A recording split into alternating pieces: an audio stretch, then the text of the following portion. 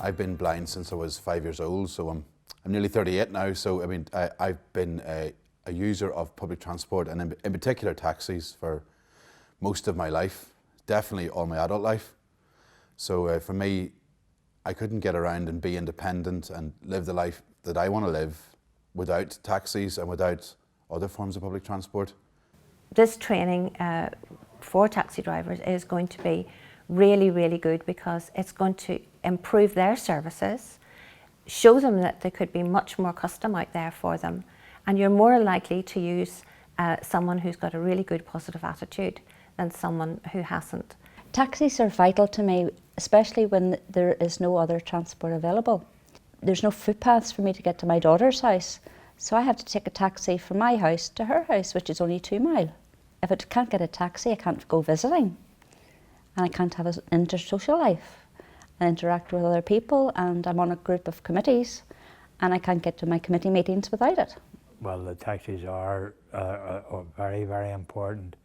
As you know, I'm in the East Belfast Seniors Forum, and we rely heavily on taxis to get the older folk to the forum meetings and any sort of thing we have, any things we have on, like quizzes or whatever. You know, so we do rely fairly heavily on taxis. Taxis are very important for me, being a visually impaired person going from A to B. And especially when buses are not running, I get taxis all the time and they pick me up the door and bring me to my different meetings. I see different friends, going to the train station and all different places, A to B. I want to be included in society. I don't want to be made feel awkward, a hassle, or an inconvenience, because he is providing a service that I need to get me from A to B. Taxis are needed in rural areas of Northern Ireland, especially in this causeway where it's very rural. So we do depend a lot on transportation, especially taxis. Whenever you have a disability, a taxi probably is the most appropriate form of transport to get to your destination. The way I choose what taxi firm I use is first impressions. The first time I use a taxi firm, I will probably, on the very first journey, I will decide if I'm going to use these guys again. And that's maybe not that it should be, but it's the way I do it and the way a lot of people I know do it who are either blind or partially sighted. Because it's all about having a driver that you can trust, firstly, to a person that is going to be honest with you in terms of the taxi fare, would be able to, you know, get out of the car and maybe show you to the door, either at the start of the journey or the end of the journey, would be able to help you out if you have any other difficulties, like if you're carrying something. When I get out of the taxi, perhaps I need to go to a certain doorway, to a certain area, and maybe like in an airport, a taxi driver might have to show me to the information desk. And it's all about somebody who's going to be able to do that and is comfortable around someone with a disability like myself. Have you had good experiences about taxis? Yeah, I have, but there's been ones that maybe haven't been as helpful. Negative experiences make or break someone.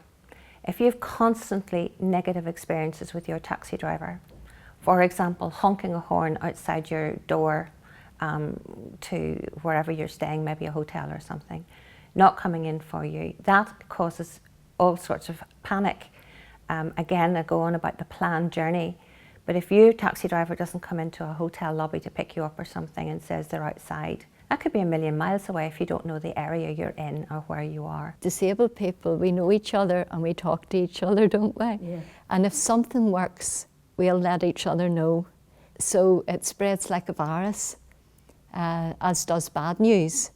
But good news also, because if you find something that works, because taxis are few and far between, if I find something that works, I'm sure you're the same, Peter, you let your friends know, you let your family know, you let other disabled colleagues know, I used this worked. Once you find the taxi firm or the taxi company that you like and that you can trust and you've built a relationship with, that's the only one I'll use. I don't go ringing other firms, I don't look for their prices. I'll stick to the one firm once I've found somebody or a company that I feel appreciate where I'm coming from as a blind person.